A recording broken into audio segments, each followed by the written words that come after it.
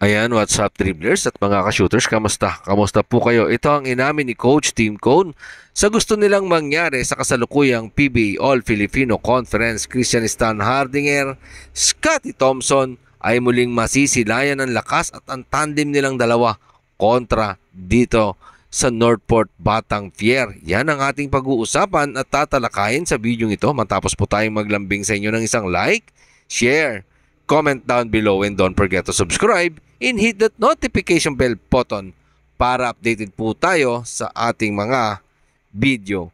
Mga ka-shooters, eto nga Barangay Ginebra San Miguel nang galing sa isang matikas na panalo kontra sa Blackwater Bossing. Ito naman pong Northport Batang Pier ay galing sa pagkatalo at siyempre ayaw ng Northport na muli silang matalo kontra dito sa Barangay Ginebra San Miguel. At yung Barangay Ginebra San Miguel ay gusto naman dugtungan ang kanilang panalo kontra naman dito sa Northport Batang Pier.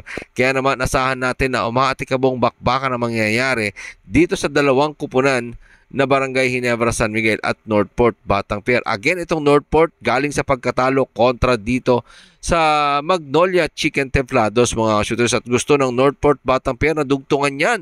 Ayaw na ng Northport na dugtungan yan at gusto nila ng panalo. At yan ang sisikapin nilang kunin kontra dito sa Barangay Ginebra San Miguel.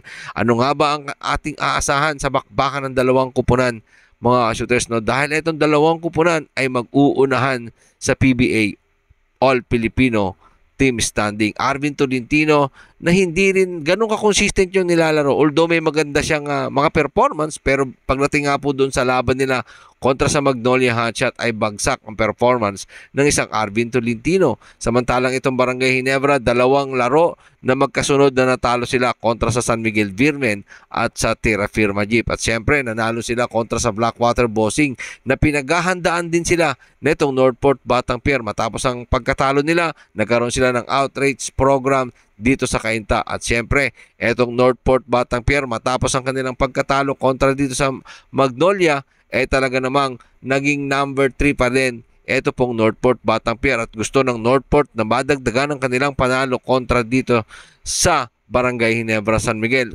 Kasalukuyan mag-uunahan itong dalawa sa team standing, mga shooters, dahil gusto ng Barangay Ginebra na ungusan ng Northport Batang Pier sa 5 win and 3 losses at gusto naman ng Barangay Ginebra siyempre na ilaglag itong Northport sa 4-3 win-loss record. At siyempre, aasahan natin at si Coach Tim Cone ay maraming plano at maraming inihanda na bala kontra dito sa Northport Batang Pier. At kasi eto nga si Coach Tim Cone ay may plano dito sa kasalukuyang PBA All-Filipino Conference.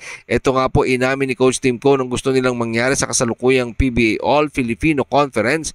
Narito po si Coach Tim Cone sa ulat ni Ruben Tirado ng Spin. Magandang jumping off point ang gabing iyon para sa amin, yung pagkapanalo nga po nila kontra sa Blackwater Bossing. Para sa amin kasi, medyo mabigat yung mga nakaraang linggo. Para sa amin, yung mga pagkatalo namin na hindi nakakatuwa para sa amin.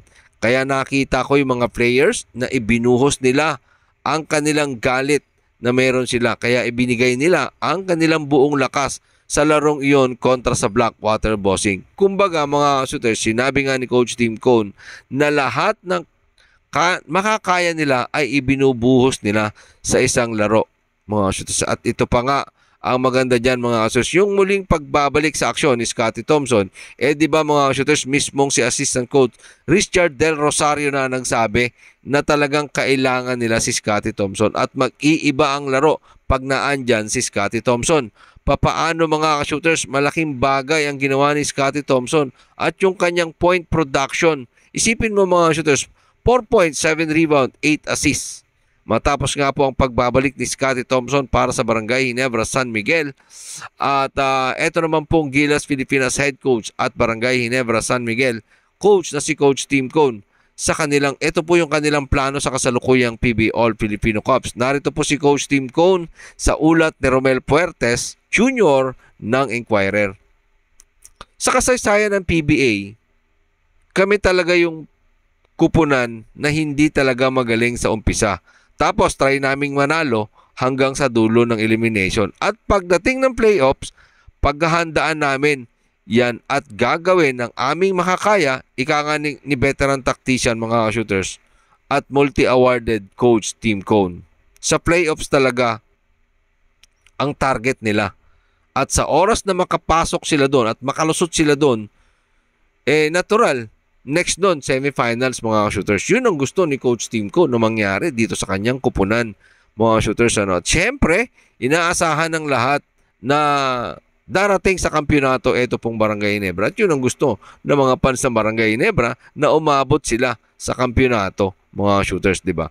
Kahit sino ba naman 'di ba? Gugustuhin mo talagang pumasok ka doon sa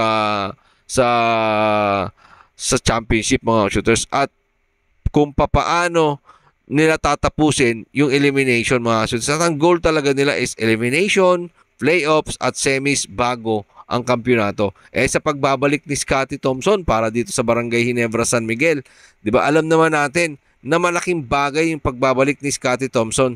Sabi nga ni Scottie Thompson mga sa kanyang pagbabalik aksyon matapos ang kanyang injury, medyo matagal na hindi natin nakita si Scottie Thompson sa kanyang Barangay Ginebra. Ngayong nakabalik na nga po siya, masaya si Scottie Thompson.